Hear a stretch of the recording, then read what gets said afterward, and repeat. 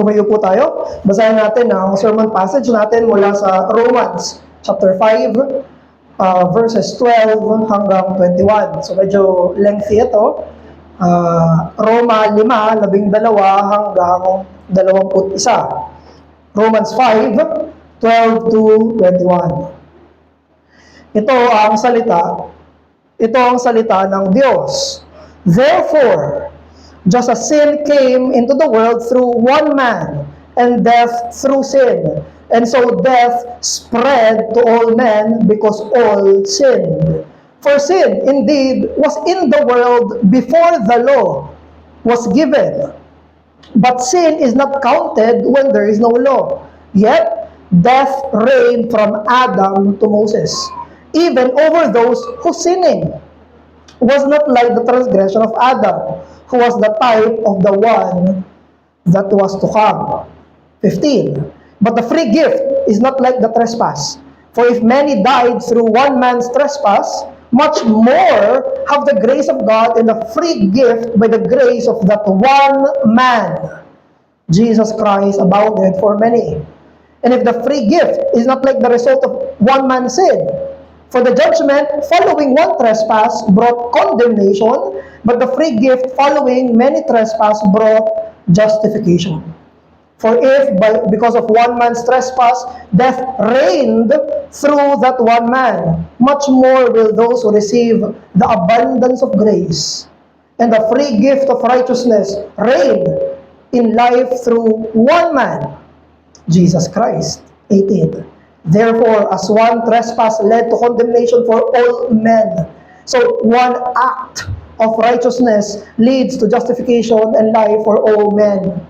For as by one man's disobedience, the many were made sinners, so by the one man's obedience, the many will be made righteous. Now, the law came in to increase the trespass, but where sin increased, grace abounded all the more. Last verse. So that as sin reigned in death, grace also might reign through righteousness, leading to eternal life through Jesus Christ our Lord. Ang binasa natin ay salita ng Diyos. Makaupo na po tayo. So, nasa pang-apat na tayo sa 5 solas ng Reformation. Ito yung sermon series natin sa kada hapon. Sa umaga ay Book of Mark. Sa hapon naman ay thematic. So, napagdaanan natin ang sola scriptura. Tinuro ni Pastor Erdy, ang final authority sa buhay at pananampalataya ay walang iba kung hindi ang Biblia, ang kasulatan. Sola gratia, hindi ibig sabihin sa pamamagitan ng gawa yung kaligtasan, kundi sa pamamagitan ng biyaya ng Diyos. Ganon din yung justification by faith, sola fide. Pinawalang sala tayo ng Diyos dahil lang sa pananampalataya. Instrumento ng Diyos yung pananampalataya para tayo ay mapawalang sala. Ngayon naman, ang tatalakayan natin dito sa passage natin ay yung Solus Christus. Si Kristo lang. At next Lord's Day ay yung Soli Deo Gloria, glory to God alone. So, hayaan yung banggitin ko agad yung mensahe ngayon pa lang, mula sa verse 12 hanggang verse 21. Ito yung tinuturo ng buong chapter, buong verse. Kita niyo naman, paulit-ulit. Yung paulit-ulit, yung sinasabi dito sa chapter natin. Ito yung mensahe. Christ alone is the final Adam whose members attain eternal life. Si Kristo lang yung mas mabuting Adan, ikalawang Adan, na kung saan yung mga miyembro niya ang makakakuha ng immortal na kaligtasan.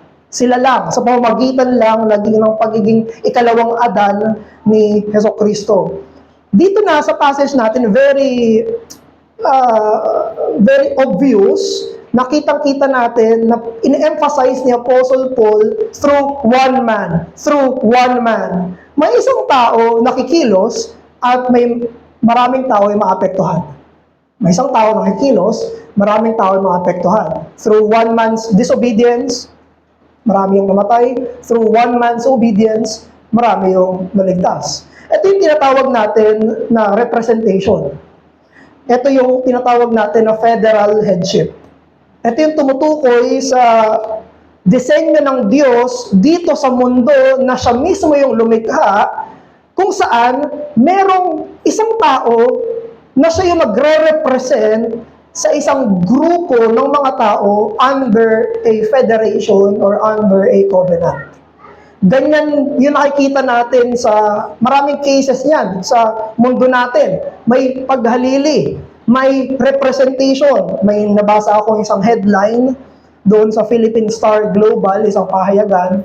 Ito yung title nila, Joy and Pride as Philippines wins basketball gold again at last. So, familiar naman kayo sa recent na pagkapanalo ng ano ba yung pangalan ng ano? Gilas. Ayan, Gilas. Sorry hindi kasi ako familiar.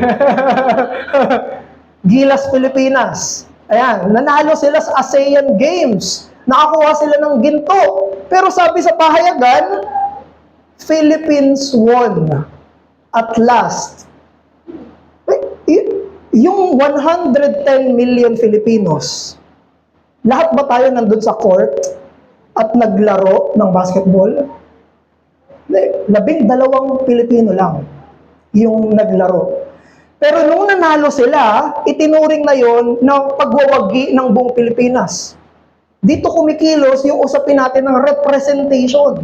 Dito yung usapin na may humahalili. Sila yung naglaro, pero nire-represent nila sa ASEAN Games yung buong Pilipinas. Therefore, kapag nanalo sila, pwede nating sabihin, nanalo tayong lahat. Kung natalo sila, pwede nating sabihin na natalo tayong lahat. Yan yung representation. Yan ay nangyayari sa buong mundo, sa lahat ng panahon, at nangyayari rin yan sa unang paglikha ng Diyos.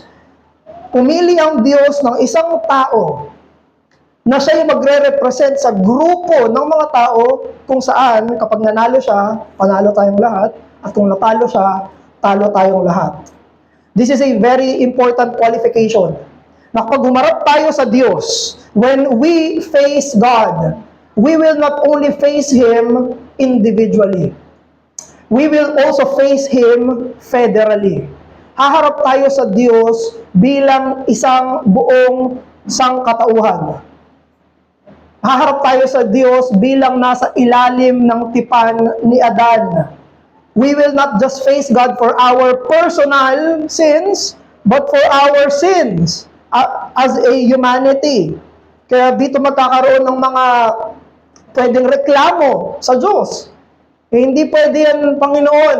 Gusto ko, ako lang ang mananagot sa sarili ko. Pwede tayong magsabi ng ganun. Pwede tayong mag-object sa Diyos. I must face God myself. Hindi pwedeng may iba yung magre-represent sa akin. Dapat ako lang at ang Diyos. Pwede nating sabihin yon, God cannot judge me according to the works of another. Pwede nating sabihin yon. Pero marami tayong sagot dyan sa tanong na yan. Kasi very relevant dito sa text natin eh. By one man, many. By one man, many. Pwede tayo mag-object. Ayoko niyan. Una, hindi tayo pwede magreklamo. Dahil hindi mo mundo to. This is God's world. It's His rules. Siya may karapatang magdisenyo kung paano niya gagawin yung relasyon niya sa mga tao. At isa sa mga disenyo niya is by federal headship. May isang magre-represent sa atin bilang mga nilikha. Hindi lang natin siya haharapin bilang mag-one-to-one, kung hindi federally. Pangalawang answer natin, alalahanin nyo na si Adam, siya ang best representative natin. He's our champion.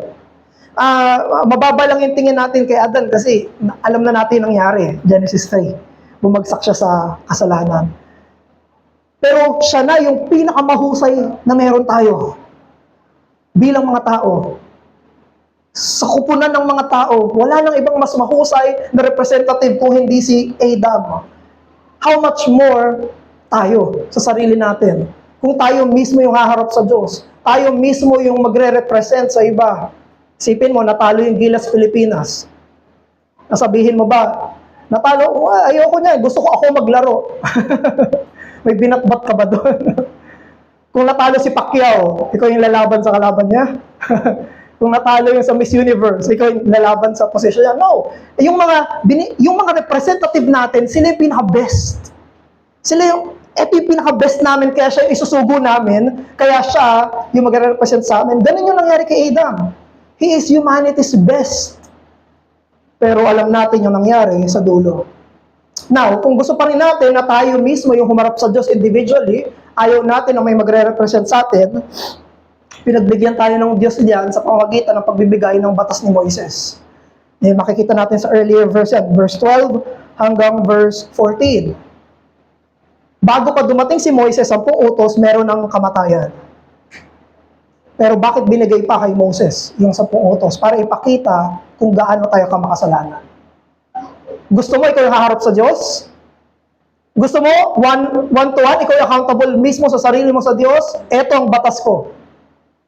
At nung binigay niya yung batas, anong nakita natin? Hindi ko pala kayang sumunod sa Diyos. Malalabag ko pala. Actually, binigay ng Diyos yung batas niya, moral law niya, for us to show us our guilt and to compound our sins. Para ipakita palalo kung gaano tayo kamakasalanan, kung paano si Adan na talaga yung pinakamahusay nating representative. That's why this is the bad news. Ito yung masamang balita. Ang pinakamahusay nating representative ay pumalya. And it is humanity's loss. We failed. We failed God. All of us, as men, through our representative Adam. Kaya yung bangginin ko yung mga text natin. Romans 5:15, many died through one man's trespass. Verse 16, for judgment following one trespass brought condemnation. Verse 17, because of one man's trespass, death reigned through that one man. Verse 18, as one trespass led to the condemnation for all men. Verse 19, for as by the one man's disobedience, the many were made sinners. Humanity is doomed under the headship of Adam. Pero salamat sa Diyos sa verse 14. Sinabi dun sa verse 14, Adam, who was the type of the one who was to come. Si Adam, binabanggit dito, siya ay isang tipo, siya ay isang picture, siya ay isang foreshadowing, siya ay isang pattern, litrato, nung isa na paparating. Kaya pag may nabasa kayo sa theology na tinatawag na typology, dito galing yan sa verse na to. Hindi lang yan gawa-gawa ng mga theologians. Yung si Apostle Paul mismo nagsabi, Adam was the type of the one that is to come. Adam was a shadow. Adam was a pattern for the one that is to come. Sabi ni Sinclair Ferguson, yung typology daw, na may mga indication sa New Testament kung saan may mga patterns at people that were created to serve the shape of what Christ would do. Kaya lahat ng mga shadows sa Old Testament, isipin nyo, lahat yon ay shapes and patterns para mas makilala natin si Jesus. Binigay si Adan para makilala natin si Jesus. Binigay si Adan para makita natin kung sino ang Panginoong Jesus. That's why the type, the pattern, and the shadow was Adam, and Jesus Christ is the fulfillment. He is the substance. He is the antitype. Kung si Adan, yung propeta, pari at hari sa hardin, si Jesus, yung propeta, pari at hari sa bagong Eden. Now, kung i-compare natin si Adam at si Jesus, malaki yung contrast. Sa pamamagitan ni Adan, maraming namatay. Sa pamamagitan ni Kristo, makatanggap tayo ng biyaya. Verse 15. Sa pamamagitan ng kasalanan ni Adan, kumalat ang kamatayan. Pero sa pamamagitan ni Jesus, tumanggap tayo ng regalo ng katwiran. Verse 17. Sa pamamagitan ng pagsuway ni Adan, marami ang naging makasalanan. Pero sa pamamagitan ng pagsunod ni Jesus, marami ay itinuring ng Diyos na matuwid. Verse 19. Imagine, illustration to ni Pastor Romeo and Daya. Nung outreach pa lang tayo, bumisita si Pastor Romeo, siya ay isang pastor sa Quezon. At doon, nung pag-visit niya, isa to sa ginamit niya illustration para maintindihan natin yung union natin kay Kristo. Isipin niyo na lang na yung headship ni Adam at headship ni Jesus ay parang pagsakay sa isang bus. Sumasakay ka sa bus. Pupunta ka kung saan minamaneho ng driver, yung buong bus. Hindi ka magdedesisyon. Kung saan ka dalhin ng bus, dun ka pupunta. Kahit anong gawin mo, magpumiglas ka dun sa upuan mo, hindi mo kayang imaneho yung buong bus. No matter how we insist, the driver is the leader. Yan yung illustration kay Adam at kay Jesus. Sila yung tagapagmaneho kung saan nandun tayo. We are all born passengers of Adam. Lahat tayo ay nasa ilalim ng pangunguna ni Adan. Lahat tayo pasahero ng unang pinuno na si Adan. At kapahamakan yun, yung nadulot sa atin. Kaya mapunta tayo sa pagkapinuno ng Panginoong Jesucristo. Yun yung panawagan ng Ebanghelyo. Be under the Lord Jesus Christ. Be under His Lordship and Headship. Kaya ngayon, punta naman tayo sa application. Ngayon, alam natin, ito yung katotohanan tungkol sa passage natin, ito yung katotohanan tungkol sa covenant headship. Ano yung application sa atin ito? Meron akong tatlo. Una, either you will stay under Adam or you will go under Christ. Manatili ka sa ilalim ng ama mo na si Adan o magpailalim ka sa Panginoong Jesucristo. Lahat ng ipinanganak sa mundo ay nasa ilalim ni Adan. We only become members of the covenant of grace by faith. At alam nyo ba na may mga naniniwala na si Adan mismo ay naligtas? Yung unang Adan mismo ay nagpailalim sa ikalawang Adan. Marami tayong hints sa Genesis 3, sa Genesis 4. Marami tayong makikita ng mga hints para patunayan na nanampalataya si Adan sa ikalawang Adan. Pinangalanan niya yung asawa niya na Eve, mother of all living. Kada magkakaroon sila ng anak, umaasa sila na yun na yung ipinadala ng Diyos na binhi ng babae. Tinanggal ng Diyos yung damit nila ng mga damo, dahon, at binigyan sila ng balat ng hayop. Ang daming hints sa Old Testament. We cannot say for sure, of course, pero ang daming hints sa Old Testament kung saan yung unang Adan, umalis mismo siya sa pagkapinuno niya, umalis siya sa sarili niyang bus. At nagpamiyembro siya sa ikalawang Adan na nag-iisang pag-asa ng sanlibutan. Kung si Adan mismo ay iniwan yung sarili niyang tipan, ikaw rin. Sana iwanan mo yung kinalakhan mo, na tipan, kinalakhan mo, na representasyon at magpailalim ka ngayon sa Panginoong Jesucristo. Tayo mga mananampalataya, dapat maging mapagpasalamat tayo palagi. Wala na ako kay Adan. Nasa ikalawang Adan na ako.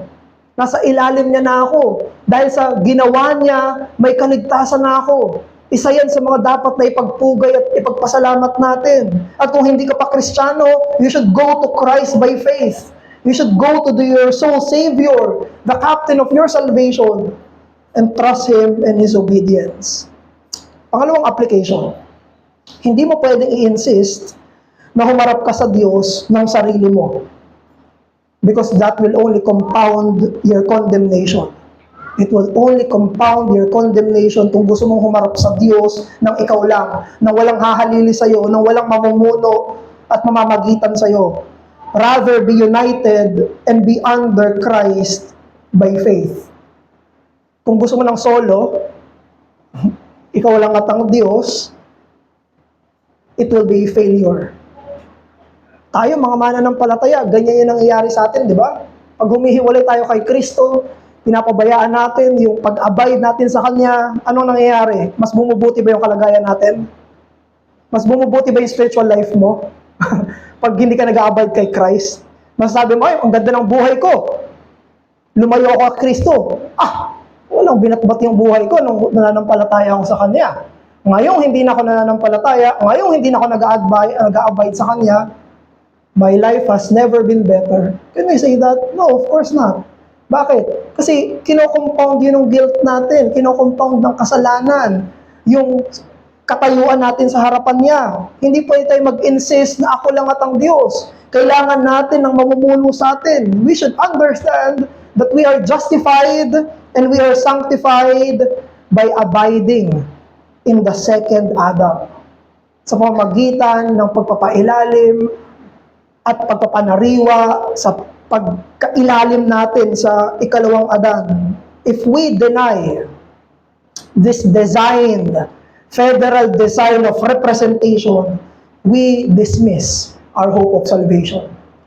Walang kaligtasan kung walang hahalili sa atin. Walang kaligtasan kung walang Jesus nahaharap sa Diyos para sa iyo, na siyang tumupad ng buong batas para sa iyo. Remember this, your hope is not to face God by yourself. Ang pag-asa mo ay hindi humarap ka sa Diyos ng sarili mo. Ang pag-asa mo ay may mamagitan sa iyo. At yun ang ikalawang adaan. Number 3, last. You should adore and love this Jesus as the perfect and final Adam. Hangaan mo, mahalin mo, i-admire mo, sambahin mo ang Panginoong Jesucristo bilang perpekto at ikalawang Adan. Makikita niyo sa passage natin, bakit si Paul paulit-ulit? Nag-gets na namin, Paul. Verse 15 pa lang, nag-gets na namin. Pero tuloy-tuloy, verse 15, verse 16, verse 17, 18, 19, 20, 21. Bakit? Kasi alam niya sa puso niya na ito yung nag-iisang pag-asa, ito yung kailangan nating ulitin, ito yung kailangan nating maintindihan, ito yung Kristo na nag-iisang pagsunod niya, nag-iisang buhay niya, yung pag-asa para sa kaligtasan na ito.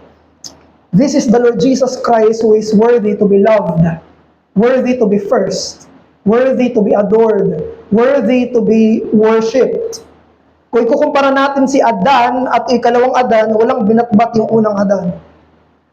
Kasi yung unang Adan, nung nagkasala siya, sinisi yung asawa niya. Sinisi niya yung asawa niya. Sa pagharap ng Diyos, kinain mo ba yung prutas na sinabi ko sa iyo na huwag mong kainin? Sabi niya, yung babae kasi. Yung babae kasi. Yung misis ko kasi. Kaya ako nagkakasala dahil sa misis ko. Yan na basically ang sinabi ni Adam. Hindi yan yung ginawa ng Panginoong Jesus. It's quite the opposite. Ang sinabi ng Panginoong Jesus, nagkasala ang minamahal ko, ako mamamatay para sa Kanya. Siya ang nagkasala, ako magbabayad. Siya ang bumasag ng batas, pero ako mamamatay. Siya ang nagkamali, pero ako parurusahan. Hindi ba yan yung Kristo bilang ikalawang Adan na dapat mong hangaan at sambahin at manampalataya ka at manatili ka dito sa pagkailalim sa Kanya. Admire and adore and worship and give your utmost loyalty to the better Adam. Si Horatius Bonar, noong 1881, sumulat siya ng isang hymn. Actually, sinulat niya itong hymn na to para bilang maging communion hymn nila sa church. Sumulat siya isang hymno para magamit nila sa Lord's table nila. Ito yung hymn niya. Upon a life I have not lived, upon a death I did not die. Another's life, another's death, I stake my whole eternity. Not on the tears which I have shed, not on the sorrows I have known. Another tears, another's grief. On this I rest, on this alone. Pinapakita na yung buong Kristiyanong pamumuhay ay pag-asa hindi sa sarili. Individually, umaasa tayo sa gawa ng iba, tinapos ng iba, kalwalhatian ng iba, iniyak ng iba, pagsunod ng iba. Salamat sa Diyos dahil yung ibang yun ay ang Panginoong Jesucristo. Ano nga pala ang pag-asa mo ng kaligtasan ngayon? Sana ang sabihin mo, si Kristo lang. Solus Christus. Manalangin tayo. Ama namin, pinupuri po namin kayo ngayong hapon na ito. Dito sa teksto na nakita namin, dito sa katotohanan na tinuturo mo sa amin na hindi nakasalala yung buong Kristiyanong pamumuhay namin sa sarili namin. We are accountable before you, Father. We are responsible before you, Father. Pero turuan mo po kami na may katotohanan na umaasa kami sa ginawa ng iba. At yung ibang yun, O Diyos, turuan mo yung mga puso namin na siya si Jesucristo. Na siya yung pagtiwalaan, sandalan namin bilang mga mananampalataya. Pinupuri ka namin at sinasamba dahil sa katotohanan mo ng paghalili. Sa pangalan ng aming Panginoong Jesucristo. Amen.